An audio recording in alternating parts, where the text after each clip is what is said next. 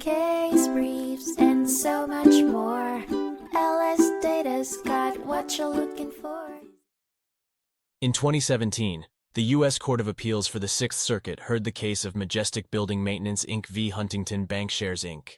The case focused on the bank's duty to act honestly and carefully when handling a customer's account, and whether this responsibility could be disclaimed through a provision in their agreement. Majestic Building Maintenance sued Huntington Bankshares for not taking responsibility for fraudulent checks paid from their bank account. The plaintiff claims that the defendant neglected its duties under the UCC and unreasonably placed all blame on the plaintiff. In contrast, the defendant argues that its duties to act in good faith and use standard care were not negated in the agreement. The appeals court overturned the district court's dismissal and asked the plaintiff to provide more information and conduct an investigation. The plaintiff's claim, which raised questions about the validity of a provision regarding anti-fraud products, was deemed plausible. The court allowed the plaintiff to amend the complaint and conduct discovery, moving the case back to the district court. Case briefs, and so much more.